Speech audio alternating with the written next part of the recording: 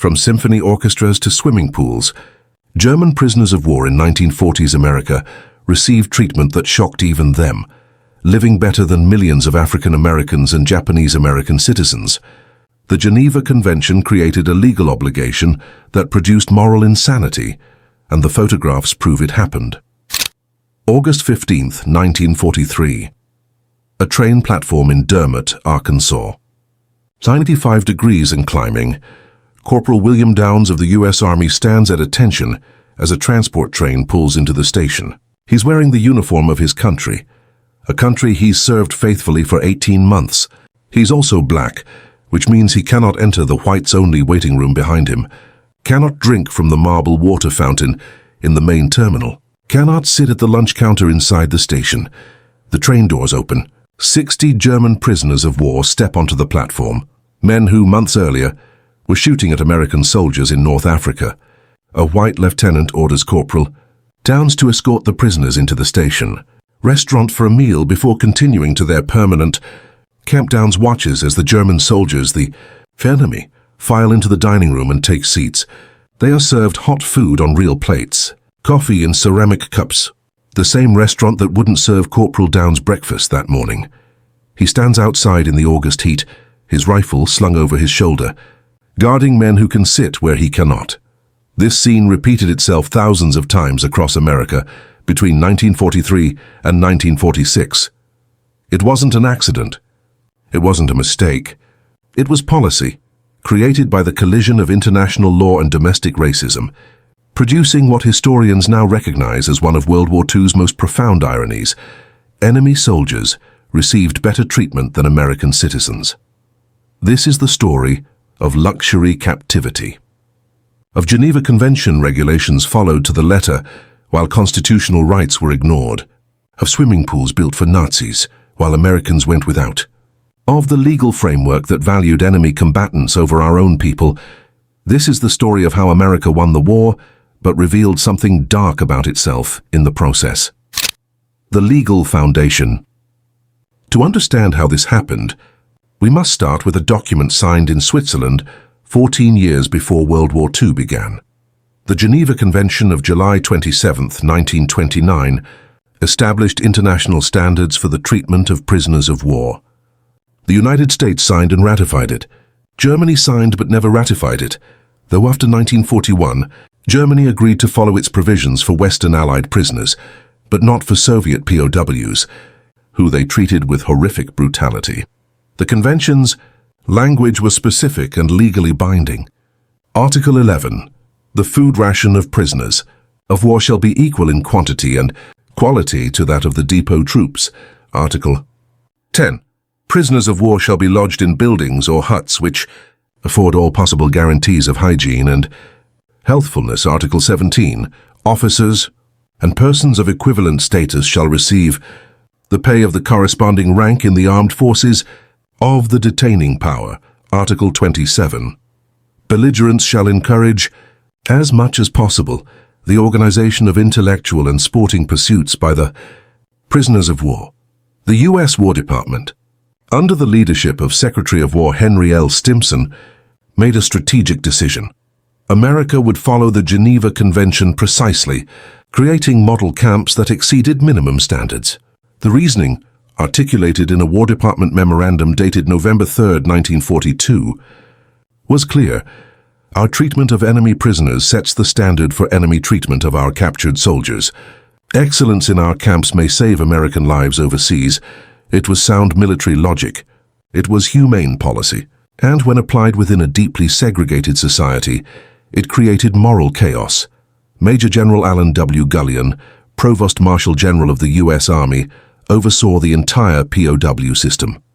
In his official capacity, he commanded the construction of over 500 POW camps across 46 states and the management of 425,000 German and Italian prisoners.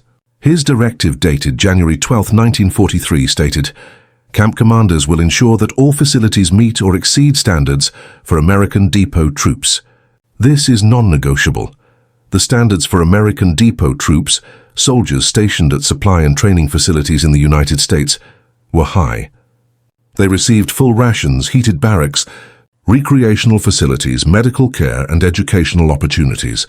German POWs would receive all of this. Meanwhile, there were no Geneva Conventions protecting African American citizens in the Jim Crow South. No international observers monitoring Japanese American internment camps. No treaties guaranteeing constitutional rights actually applied equally. The contrast was about to become visible, shocking, and undeniable. The camps they built. The first large groups of German POWs arrived in the United States in 1943, following the Allied victory in North Africa. By the end of the war, America would house more enemy prisoners than any other Allied nation, 425,000 Germans and 50,000 Italians. The camps appeared everywhere. Massive facilities in Texas, Oklahoma, Kansas, Louisiana, Arizona, New Mexico, and smaller branch camps in 46 states. Some held 5,000 prisoners, others held a few hundred. Camp Concordia in Kansas, which opened on September 8, 1943, became one of the largest, eventually housing 4,000 Germans. The construction specifications preserved in the National Archives reveal the standards. Wooden barracks with coal-fired heating systems, individual cots with mattresses, pillows, 2 wool blankets per man, indoor toilets with hot and cold running, water shower facilities with hot water systems, mess halls with seating capacity for entire compound populations, infirmaries with examination rooms, surgical facilities, and pharmacies, recreation halls with stages for performances, canteens where prisoners could purchase toiletries, tobacco, candy with their work earnings. At Camp Concordia, prisoners built 3 regulation soccer fields, a baseball diamond, many Germans learned and loved baseball, volleyball courts, and a complete theatrical facility with 800 seats, stage lighting, and scenery workshops. Camp Como in Mississippi, opened in March 1943, featured similar amenities.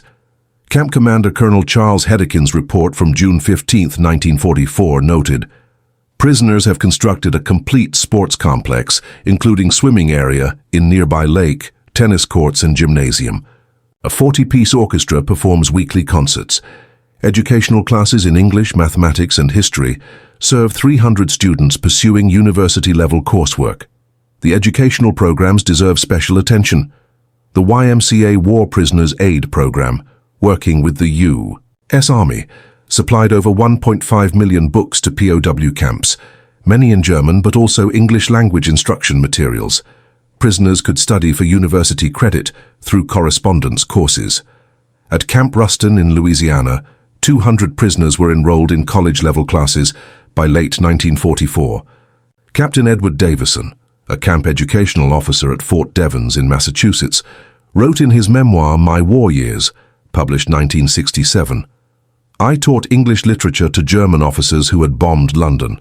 They sat in heated classrooms, read Shakespeare and Hemingway, wrote essays I graded. Meanwhile, qualified Negro soldiers on the same base were denied entry to officer candidate school based purely on race. The absurdity haunted me. The food was abundant and rich. Prisoners received the same rations as American depot troops, approximately 4,000 calories daily. A typical week's menu at Camp Hearne in Texas, documented in July 1944, included Monday, roast pork, mashed potatoes, green beans, bread, butter, coffee, apple pie. Tuesday, fried chicken, rice, carrots, salad, bread, butter, milk, cookies. Wednesday, beef stew, potatoes, cabbage, bread, butter, coffee, cake. Thursday, ham, sweet potatoes, peas, bread, butter, milk, ice cream. Friday, fish, French fries, coleslaw, bread, butter, coffee, pudding. Saturday, meatloaf, beans, corn, bread, butter, milk pie. Sunday, roast beef, potatoes, mixed vegetables, bread, butter, coffee, cake, ice cream. Fresh meat daily. Butter, not margarine. Coffee, not the chicory substitute many Americans were using due to rationing. Prisoner Hans Werner Richter, later a famous German author, wrote in his memoir, Die Geschlagenen, The Defeated, published in 1949, "We ate better as American prisoners than we had eaten in 3 years of military service. Better than our families in Germany were eating. I gained 15 pounds in 6 months. It was surreal. Medical care matched civilian hospital standards. Each major camp had an infirmary staffed by captured German doctors and supervised by American medical officers. Prisoners received dental work, surgery when needed, prescription medications and preventive care. The death rate among German POWs in US custody was 0.5%, approximately 2,000 deaths among 425,000 prisoners over 3 years. Most deaths resulted from accidents or illness, not mistreatment. This rate was lower than the general mortality rate for young men in the United States during the same period. By any measure, German POWs in America lived in conditions that met or exceeded those of many American military installations, and far exceeded the living standards of millions of American civilians. But not all American civilians, specifically not black Americans in the South, and not Japanese Americans in internment camps. The other side of the wire, African American reality. While German POWs enjoyed Geneva Convention protections, approximately 13 million African Americans, most concentrated in the South, lived under Jim Crow laws that legally enforced second-class citizenship. The comparisons are documented and undeniable. Housing. German POWs lived in barracks with heating, electricity, indoor plumbing, and hot water. In 1940, 45% of black-occupied housing in the rural South lacked indoor plumbing. In Mississippi, 72% of black families lived in homes without electricity. Millions of African American sharecroppers lived in wooden shacks that offered less protection from the elements than POW barracks. Food. POWs received 4,000 calories daily with fresh meat, dairy and vegetables. The average diet of black sharecroppers in the Deep South during the war years consisted primarily of cornmeal, molasses, fatback, and whatever vegetables they could grow. Protein was scarce. Malnutrition was common, particularly among children. Healthcare POWs had access to doctors, dentists, and medications. In 1940, there were entire counties in Alabama, Mississippi, and Georgia with no black physicians, and white doctors often refused to treat black patients. Maternal mortality for black women was 3 times higher than for white women. Infant mortality in black communities exceeded POW death rates by factors of 10 or more. Education. POWs could take university courses. In 17 southern states, laws required separate and unequal schools. Per-pupil spending on black students averaged 1/3 of spending on white students. Many rural black schools operated only 4 months per year, so children could work in fields. Thousands of communities had no black high school at all. Recreation. POWs swam in pools, played in sports leagues, attended concerts and theater. Public pools throughout the South were whites only. Parks, libraries, theaters, and recreational facilities were either segregated or completely closed to black citizens, but the most bitter ironies occurred when these two populations intersected. When African American soldiers guarded or interacted with German POWs, approximately 50,000 African American soldiers served at or near POW camps as guards, drivers, and support personnel. What they witnessed created psychological and moral wounds that many carried for life. Private Leon Bass, assigned to guard duty at Camp Livingston in Louisiana, gave extensive oral history interviews later in life. His account from a 1983 interview is searing. German prisoners could go to the movies in town, the white movie theater. I could not. I was in the uniform of the United States Army, and I could not sit where German Nazis sat. We'd transport POWs to work sites, and sometimes we'd stop at restaurants. They'd serve the Germans. We had to eat outside or not at all. How do you process that? How do you remain sane? The train station incident, Germans served in restaurants where black soldiers were refused, happened repeatedly and was documented in multiple locations.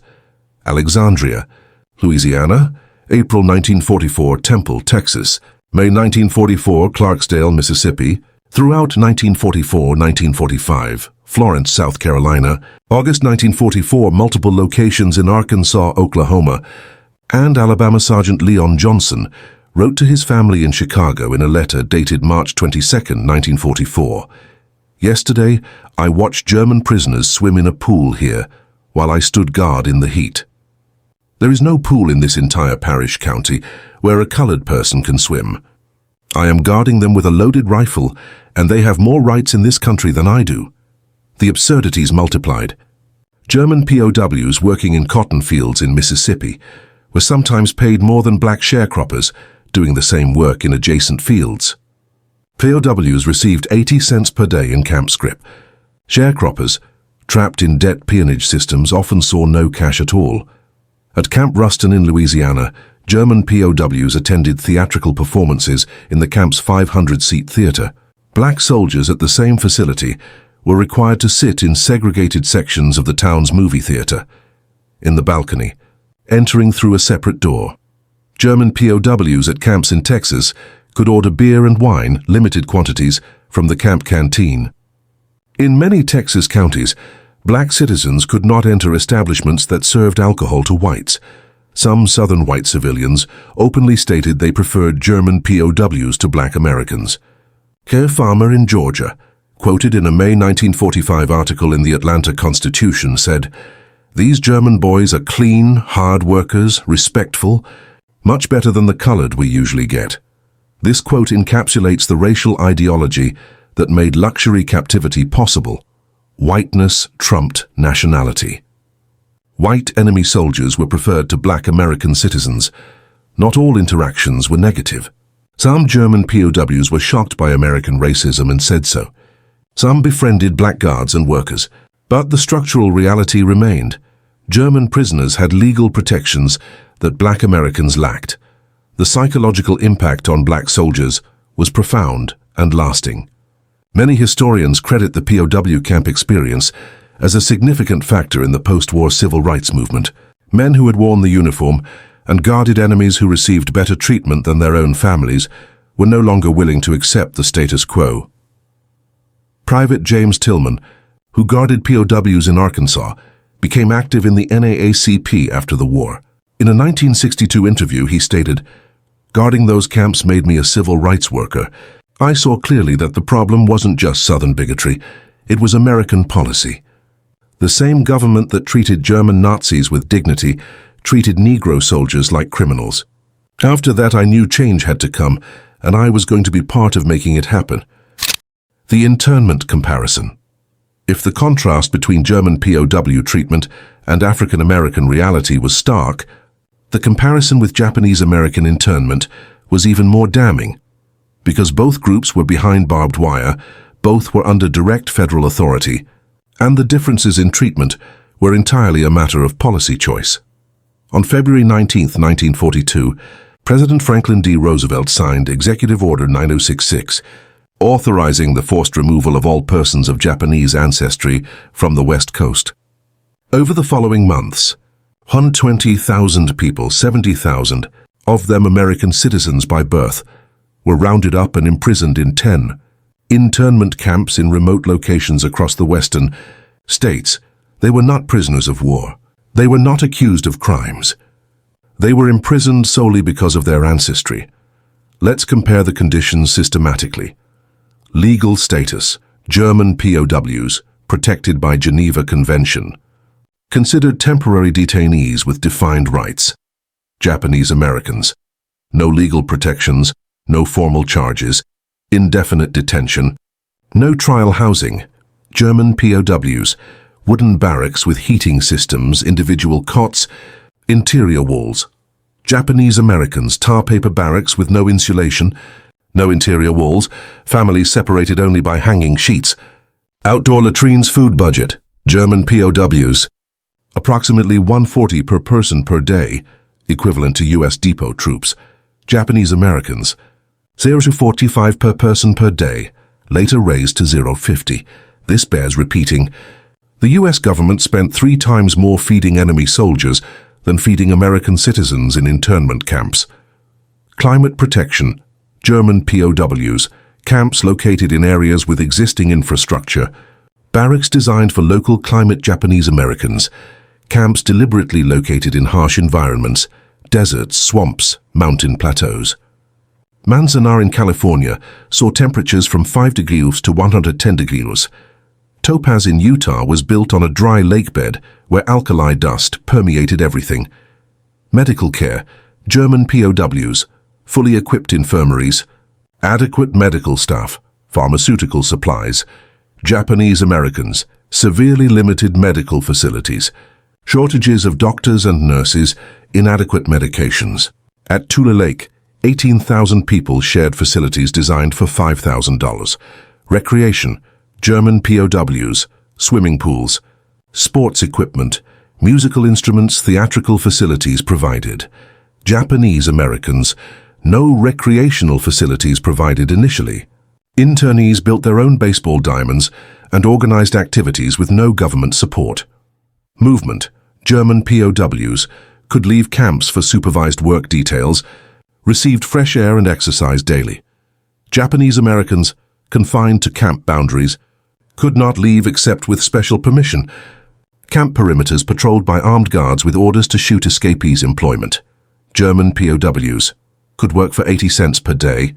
Participation voluntary for enlisted men. Japanese Americans could work for $12.19 per month, $40.63 per day, often at essential jobs maintaining the camps. The testimonials from internees reveal the psychological impact. Yoshiko Uchida, a young woman imprisoned at Topaz, Utah, wrote in her diary on May 10, 1943, "The dust is inescapable. It comes through every crack in the barracks. We hang wet sheets to try to filter the air. I read in a magazine that German prisoners in camps have recreational facilities, concerts, even swimming pools.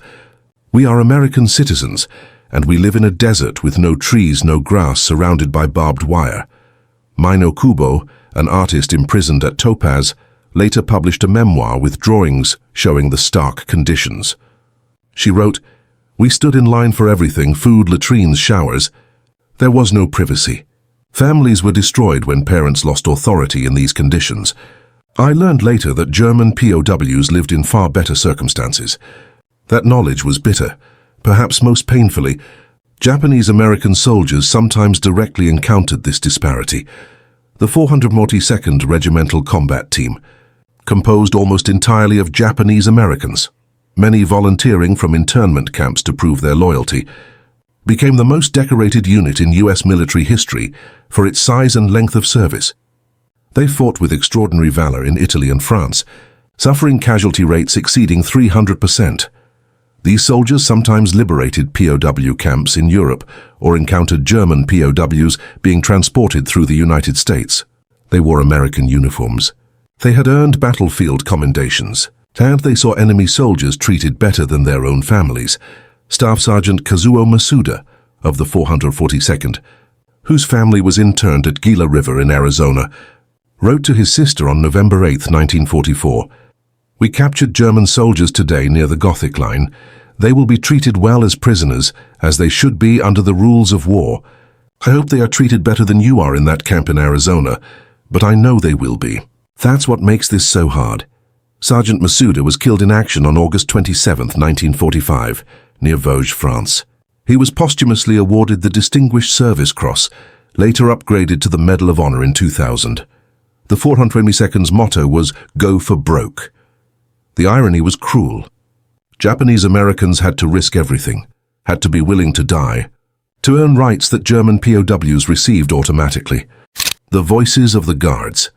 The African American soldiers who guarded POW camps have left us powerful testimonies, oral histories, letters and interviews that reveal their psychological processing of this moral inversion.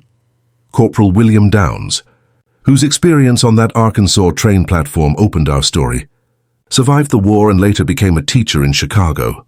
In a 1975 interview for a civil rights oral history project, he reflected, "That moment at the train station crystallized everything. I was wearing my country's uniform. I'd sworn an oath. I was carrying a weapon to defend America. And I couldn't eat in the same room as prisoners, enemies who'd been shooting at American soldiers months before. That broke something in me. Not my patriotism. I still loved my country. But my willingness to accept the way things were. I decided that day I would fight for change." Private James Thornton, who guarded POWs at Camp Hearne in Texas, gave oral history interviews in 1983 and 1987. His observations were detailed and damning. "The Germans had it better than my family in Georgia. Better housing, better food, better medical care. My mother worked as a maid for white families her whole life. She never saw a doctor until she was near death, because no white doctor would treat her, and there was no colored doctor within 50 miles. Those German soldiers saw a doctor for a head cold. The inequity was so vast I sometimes couldn't process it. Some guards reported that German POWs taunted them with racial slurs, knowing American military discipline prevented guards from responding. Sergeant Robert Madison, stationed at Camp Clinton in Mississippi, wrote in his diary on June 17, 1944, "Today a German prisoner called me a racial epithet and laughed. He knows I can't touch him. He has the Geneva Convention protecting him. What do I have?" Other guards reported more complex interactions. Some German POWs, particularly those from working-class backgrounds or with socialist sympathies, expressed solidarity with black guards over their shared status as subordinates to the American officer class. These interactions were rare but documented. The most poignant testimonies come from guards who later helped liberate concentration camps in Europe and saw firsthand what the Nazi regime had done. Leon Bass, whom we've quoted before, was among the American forces who reached Buchenwald concentration camp on April 11, 1945. As a black soldier who had guarded well-treated German POWs in Louisiana, seeing the skeletal survivors and piles of corpses created a complex emotional response. In a 1997 speech, he said, "At Buchenwald I understood for the first time the full evil we'd been fighting. These were the results of Nazi racial ideology taken to its ultimate conclusion. And I thought about how we'd treated German soldiers, fed them, housed them, cared for them, as we should have under the rules of war. But I also thought about how my own country treated me, treated my people, because of our race. Different in degree maybe, but similar in kind. The idea that some people are worth less because of how they were born. That's what I learned in the war. That racism is poison wherever it appears. The numbers don't lie, statistics reveal the scope and scale of the disparity. German POWs in U.S. custody. Total 425,000 death. Rate 0.5%, approximately $2,000. Deaths, average caloric intake $4,000. Calories day food budget, $140 per person per day work pay. Solidarity per day in camp script educational programs. Over 1.5 million books distributed. University courses available at 50+ camps. Recreational spending. Over $22 million on facilities and programs. Escape attempts, 2,200. Only one successful permanent escape. Japanese Americans in internment. Camps total 120,000. 70,000 U.S. citizens. Death rate higher than POWs due to inadequate medical care. Exact statistics vary by camp.food. Budget 0.45, 0.45, 0.50 per person per day work. Pay 12.19 per month. 0,0 per day housing, tar paper barracks, no insulation. Communal facilities deaths from inadequate medical care. Documented but not comprehensively tracked property losses.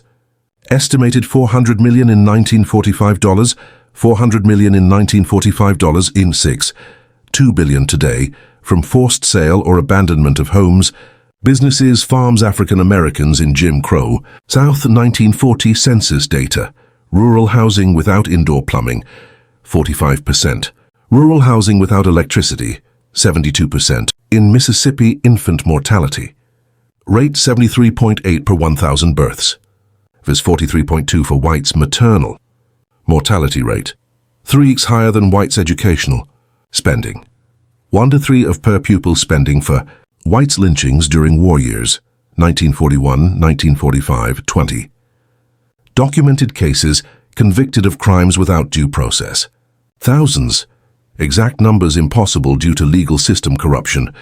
Side-by-side comparisons that shock. German POW barracks had heating systems. 72% of black homes in Mississippi had no electricity. German POWs received dental care. Most rural black Americans never saw a dentist in their entire lives. German POWs could take university courses. 17 states legally prohibited equal education for black students.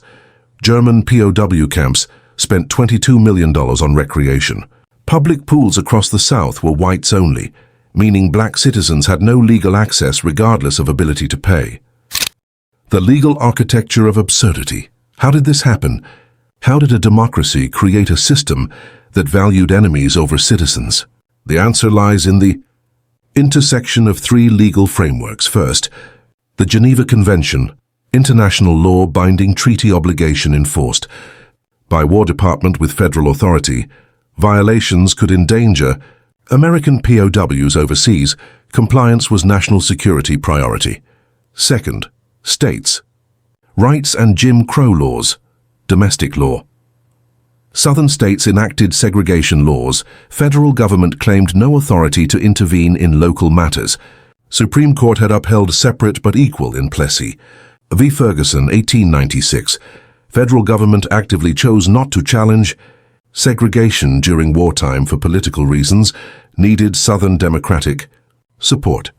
Third, Executive Order 9266 and Internment, Executive Authority Presidential Order, not law passed by Congress, challenged but upheld by Supreme Court in Korematsu v. United States, 1944.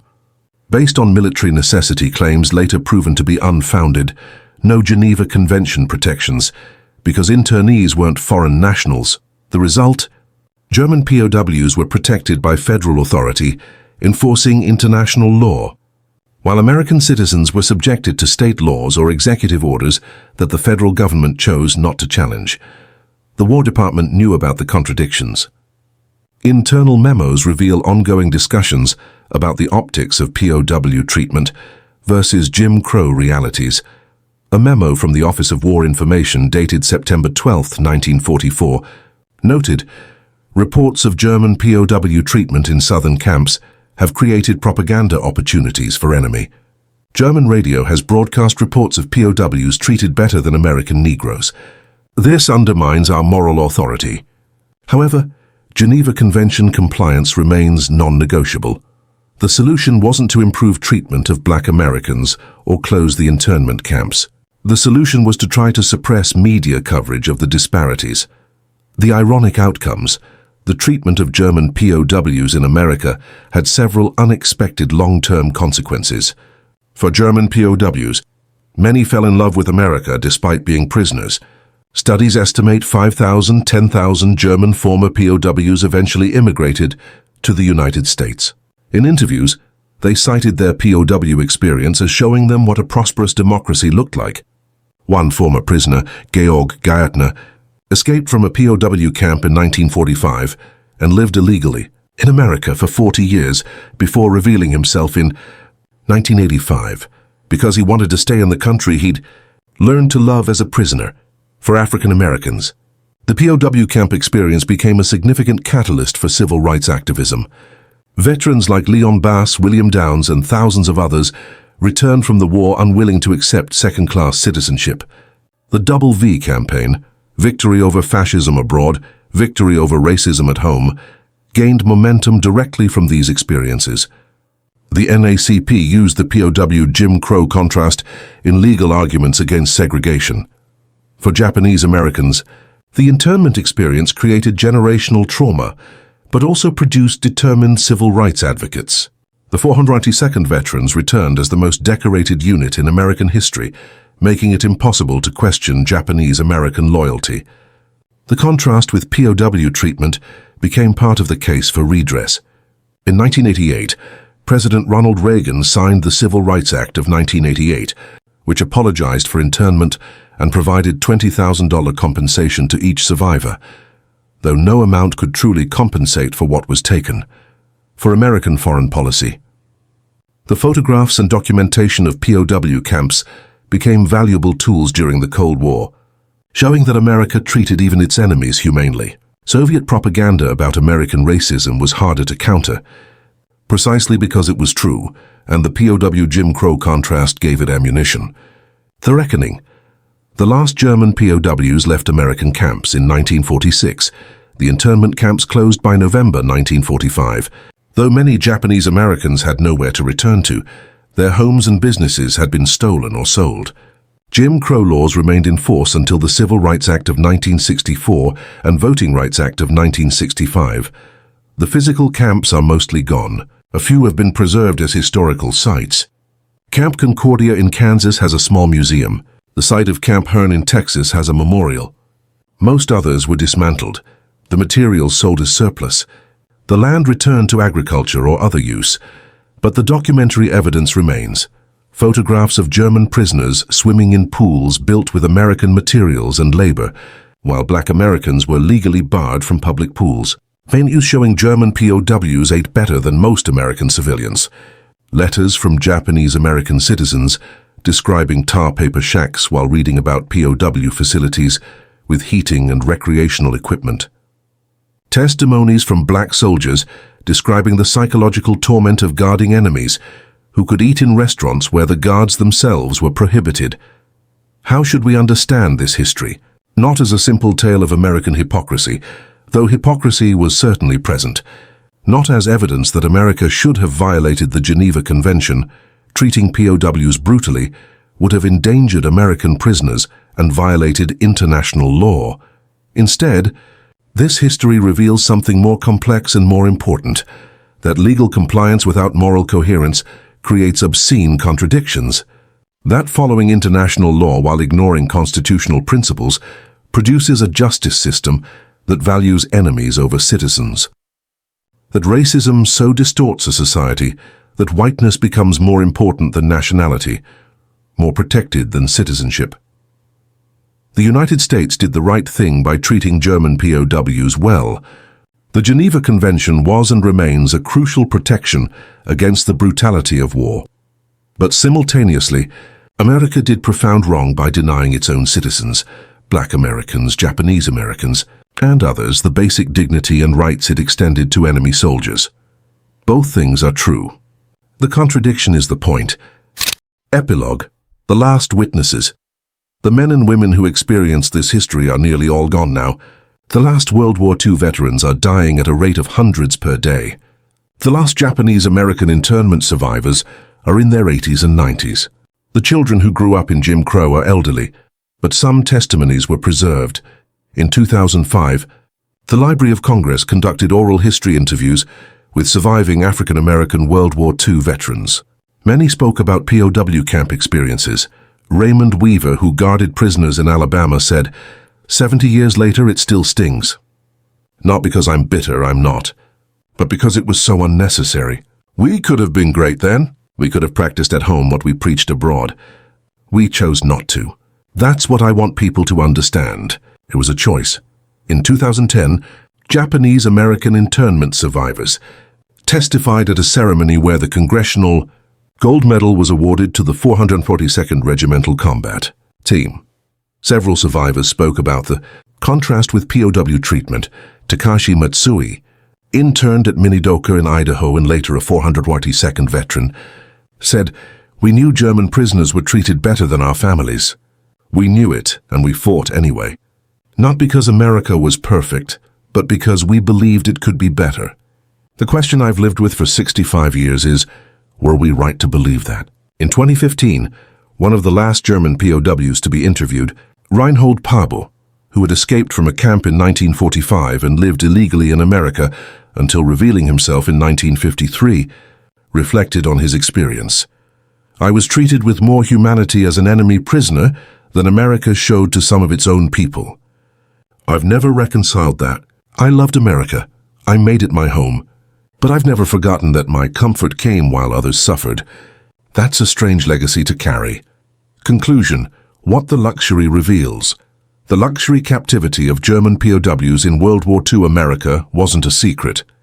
It was documented, photographed, reported in newspapers, and discussed in Congress. It happened in plain sight. The barracks, the swimming pools, the symphony orchestras, the university courses, the recreational facilities. All of it was real, all of it was legal, and all of it existed while millions of American citizens lived without electricity, without medical care, without legal rights, without constitutional protections, sometimes without freedom itself. This history forces uncomfortable questions. What does it mean to follow the rules when the rules produce injustice? How do we honor legitimate legal obligations, like the Geneva Convention, while recognizing that law without justice is tyranny? What does it say about a nation that it can be scrupulous about international law while ignoring its own founding principles? These aren't rhetorical questions. They're the questions that African American soldiers asked while guarding prisoners who could eat where they couldn't. They're the questions Japanese American soldiers asked while fighting for a country that imprisoned their families. They're the questions that should haunt anyone who studies this history. The luxury captivity happened. It's documented. It's undeniable. And what it reveals about America, about our capacity for both legal precision and moral blindness, about our ability to be simultaneously right and wrong, about how racism distorts everything it touches, remains painfully relevant. The camps are gone. The prisoners went home. The segregation laws were eventually overturned. The internment camps were closed, but the photographs remain. The documents are in archives. The testimonies are preserved, and the question persists: what do we owe to enemies? What do we owe to our own citizens? And when those obligations produce moral absurdity, whose responsibility is it to say this cannot stand? The answer matters, not just for understanding the past, but for evaluating the present and building the future. The luxury captivity of German POWs is history, but the tensions it reveals, between law and justice, between international obligations and domestic rights, between what's legal and what's right, remain very much alive.